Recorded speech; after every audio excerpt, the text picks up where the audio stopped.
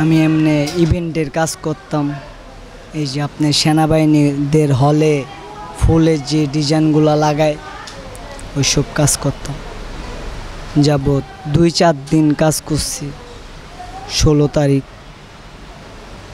যেভাবে কলেজে হামলা দিছে আওয়ামী লীগের ছেলেরা, এগুলা দেখা নিজের ধরে রাখতে পারলাম না, ওদিন যাইতে পারি নাই।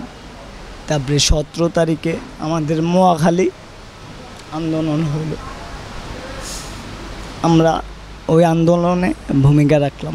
তারপরের দিনও গেলাম। তারপরে রাত সারা রাতও ছিলাম, ছাত্ররাও ছিল, আমরাও ছিলাম। তারপরে র্যাবের 10টা টিম আইসা আমাদেরকে দাওয়া দিল, আমরা বাসায় চলে গেলাম না। তারপরের দিন আসলাম জুম্মার টাইম, শুক্রবার, জুলাই মাসের 19 তারিখ। তো যখন পুলিশে আমরা ধাওয়া দিলাম, তারা ফায়ার করতেছে অনাহারে ছিটা বুলেট। এই যে আমাদের জামাত ভাইরা, ওখানে আবার মসজিদ ছাতে, আমি পাঞ্জাবি পইরা প্রথম নামছি, পায়জামা আর পাঞ্জাবি পরা, একটু সামনে আগাইছি। ওরা দিয়ে টার্গেট করে খালি শুধু আমাকেই দিয়ে, আমার পিটমিট মানে পাঞ্জাবি ওটা তো পিছলা, তার জন্য আর ঢুকতে পারে না, মোটা আরও পাঞ্জাবিটা। তো এত ফায়ার করা করছে। তারপরে বাসায় গেছি, বাসায় যাইয়া আবার 10 মিনিটের ভিতরে বাইরে গেছি। এই যে ধরেন 3 ঘন্টা আমরা ওখানে ছিলাম নামাজের পরে। তারপরে বাসায় গেছি, যা দেখি পাঞ্জাবি পইরা আমাদের উপরে বেশি হামলা করতেছে, জামাত শিবির বইলা। তারপরে সাংবাদিক ছিল কিছু মহাখালীর উপরে, আমরা ভাবছি তারা সাংবাদিক, তারা আমাদের ভিডিও করতেছে। তারপরে আমরা পুলিশে, আমি এই গেঞ্জিটাই পরা ছিলাম ওদিন, আরেকটা আমার পায়জামা ছিল, পাঞ্জাবিটা খুললা পায়জামাটা পরেছি।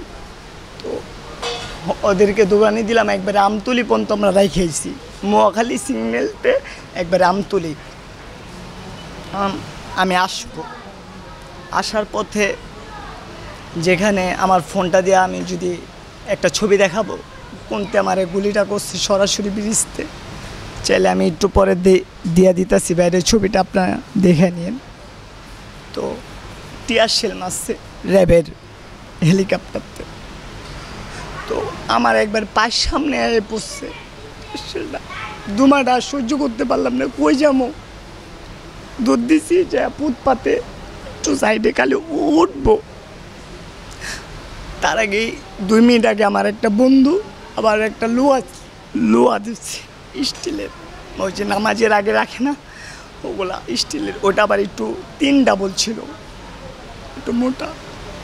তো আমি টিয়ার শেলে দুমাটা গ্যাসটা সহ্য করতে না পাইরা দাঁড়াইছি, আর একটা গুলির আওয়াজ শুনছি। আমি জানি না গুলিটা কোথা থেকে করছে, আমি ভাবছি পিছে থেকে বোধহয় গুলিটা করছে, তাও আমি লোহাটা এমনি দৌড়ে বসি, আল্লাহর কি ভাগ্য, ওই বরাবরতে গুলিটা করছে। তারপরে আমার হাতে এই যে দেখেন গুলি এখনও আছে। তারপরে আমি দেখি হাত দিয়ে ব্লাড পড়তেছে, আমি ভাবছি আমার হাতে লাগছে, আর কোথাও লাগে নাই। আমি কই ও আল্লাহ আমাকে বোধহয় এই যাত্রায় বাঁচাই দিল। তারপরে সে সময় আমি আমার চোখটা ধরছি, আমি দুনিয়ার আলোটা দেখি না। তারপরে আমার একটা বন্ধু ছিল, আমি বললাম ভাইয়া আমারে বাঁচা, আমি চোখে দেখি না। আর ব্রিজেতে ফুটপাতে একটু কাছে, মানে অল্প একটু। তো আমি খালি ফুটপাতে, আমি জানি না যদি ওই পাশে আমার পাউডার দিতাম, ওই আমার আর 2টা ফায়ার করে জায়গায় ডেড বানিয়ে দিত। আমি ভাগ্যক্রমে ব্রিজের ভিতরে পাউডার দিয়ে দিচ্ছি, আর একটু লম্বা চোরা ছিল, আমার নগর টান মেরে বুকের ভিতরে চড়াই দৌড়ে লাগছে। আর 2টা যে ফায়ার করছে, একটা বারে বাইরে যায় দেখি রানের ভিতরে ঢুকছে, ওইটা হইলো আমাদের আবার এলাকার কাছেরই আমার বড় ভাই।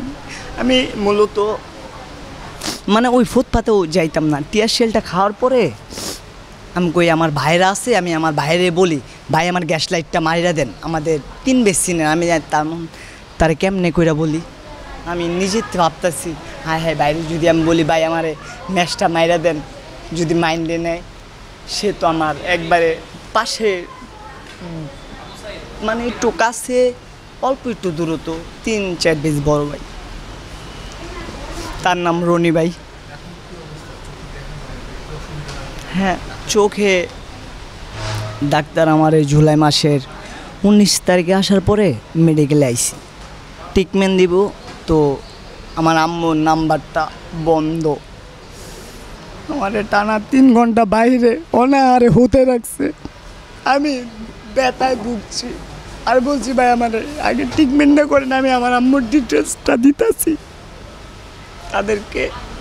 একটাই না, সরকারের তো এটা নিশ্চিত এগুলো হবে না, আগে তোমার আম্মুর ভোটার কার্ড লাগবে, পরে আমরা ট্রিটমেন্ট দিতে পারবো। তারপরে এরকম এখন আমার মোবাইলটা আবার পড়ে গেছে, এই ফোনটা দিয়ে পড়ে গেছে গুলি খাওয়া অবস্থায়। মানে মোয়াখালী মসজিদ আছে না, আমি তো মানে ওই যে মেন রোডটা আছে না, এই যে আমাদের এদিকে ঢুকে আগারগাঁও, তো আমার মসজিদটা আমি পাড়ে গেছি। মেট্রোতে আমারে প্রথম নিয়ে গেছে আমাদের এলাকার মেট্রোতে, ট্রিটমেন্ট করে ভাই আমরা পারবো না, সম্ভব না ভাই, তোমার চোখের অবস্থা গুরুত্ব, তুমি আগারগাঁও যাও যত সম্ভব পারো।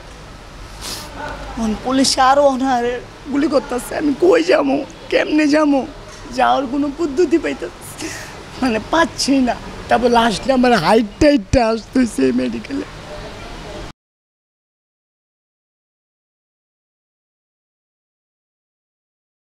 এখন চোখের এমনি আমি কিছু অন্ধকারটা দেখি, মানে আপনার ছায়াটা আমি অন্ধকার দেখতেছি। ডাক্তার বলছে রিলিজ দিয়ে দিলাম, আমি বলছি আমার সাথে মস্কারা করেন, কয়দিন পরে পরে বাসায় পাঠাই দেন, আবার আনান ডাকান, আমার সুস্থ করলে একবারে বাসায় পাঠাবেন, না হলে আমার বেডে রেখে দেবেন, যাব না আমি। তো তারা বললো আচ্ছা ভাইয়া তোমার যাওয়ার দরকার নেই, আচ্ছা থাকো, তুমি বৃহস্পতিবারে আইসা আমাদের সাথে দেখা করে যাও। আমি ফেসবুকে মাধ্যমে দেখতে পারি তারা বলে আপনাদের জন্য আমরা 100 কোটি টাকা বরাদ্দ করছি। তো যারা শহীদ ভাই আছে আমার, আহত আছে, তাদের প্রতি আন্তরিকভাবে আমরা দুঃখিত, তাদের সাথে আমরা দেখা করতে পারিনি। এর জন্য আমারে এরা মানে বিভিন্নভাবে আমার 2টা বন্ধু বুঝছেন, একটা বন্ধু আমার এই যে ছবিটা দেখে, যদি দেখান আমি রিকোয়েস্ট করি, যদি দেখান আপনি আমার বড় ভাই, আমার ভবিষ্যতের চিন্তা নাই, আমার একটা মাই আছে, আমার মাটা আমার জন্য কিছু কইরা যেতে পারে না, আমি চাইছিলাম আমার মার জন্য আমি কিছু করব, বাট পারলাম না, কারণ আমার চোখটা গুলিটা হতো। আমি যদি সুস্থ হয়ে যাই ইনশাল্লাহ আমার মায়ের আশাটা আমি পূরণ করব। ছেলে যখন এই অবস্থা হয়েছে, আমি কোনো জায়গায় ট্রিটমেন্ট নেয় নাই, আমি দেশে দেশে নিয়ে ঘুরছি, সবাই ডরাইছে, কেউ সামনে আজ্ঞায় নাই, আমি সামনে আজ্ঞাইছি, আমি ভোটার কার্ড দিছি, আমি চিন্তা করছি আমার ভূতে বাঁচলে আমিও বাঁচবো, আর আমার ভোট শেষ হইলে আমিও শেষ। আমার একটা ফুলালে আমি দেশে দেশে থাকছি, ঘুরছি, কিছু টাকা রোজগার করছিলাম, কামাই করছি, আমার পুতের লেগে কিছু একটা করব, আমি করি নাই। আমার পুতের এই অবস্থা দেখে আমি ওই টাকা পয়সা ভাঙছি, ভাঙ্গে আমি এর নিয়ে গেছি শেরপুর, অন্য রাখতে পারি নাই, সবাই ডরায় স্থান দেয় নাই। আবার আইছি চৌরাস্তায়, কারো কাছে কই নাই, মানুষ জিগেলে কইছি টুনিয়ে গুতা খাইছি। আবার ওই জায়গায় কোনো দিনের মধ্যে আবার বরিশাল নিয়ে গেছি, যেসব দেশ স্বাধীন হয় যেদিন, ওই দিন আমার পুতের নিয়ে দেশ স্বাধীনের পরের দিন আমার পুতে ঢাকা আইছে আবার, তাও আমি আবার দিব না। এই 16টা দিন আমি পলাই রাখছি, তাও বাসায় আন্দোলন হয়েছে, মানুষ খোঁজবার পাঠাইছে, নেবার পাঠাইছে যে এরা আন্দোলনে জড়িত, এখন নেই ধৈরা আমার পুত্রের অনেক কষ্ট গেছে, খুব কষ্ট গেছে। আমার একটা পোলাই, আমার নাই বলতে কিছুই নাই। তার যে বাপ ছোটবেলা থুয়ে সরে গেছে, যাতে আমার পুত্রের চিকিৎসাটা ভালো করে দেয়। আর জায়গা আমাকে একটু দেখে যে কি করে খামো, কি করে চলমু। আমার একটা পুত্রই তো, আর তো দুনিয়াত কিছু আশা বাসা নাই।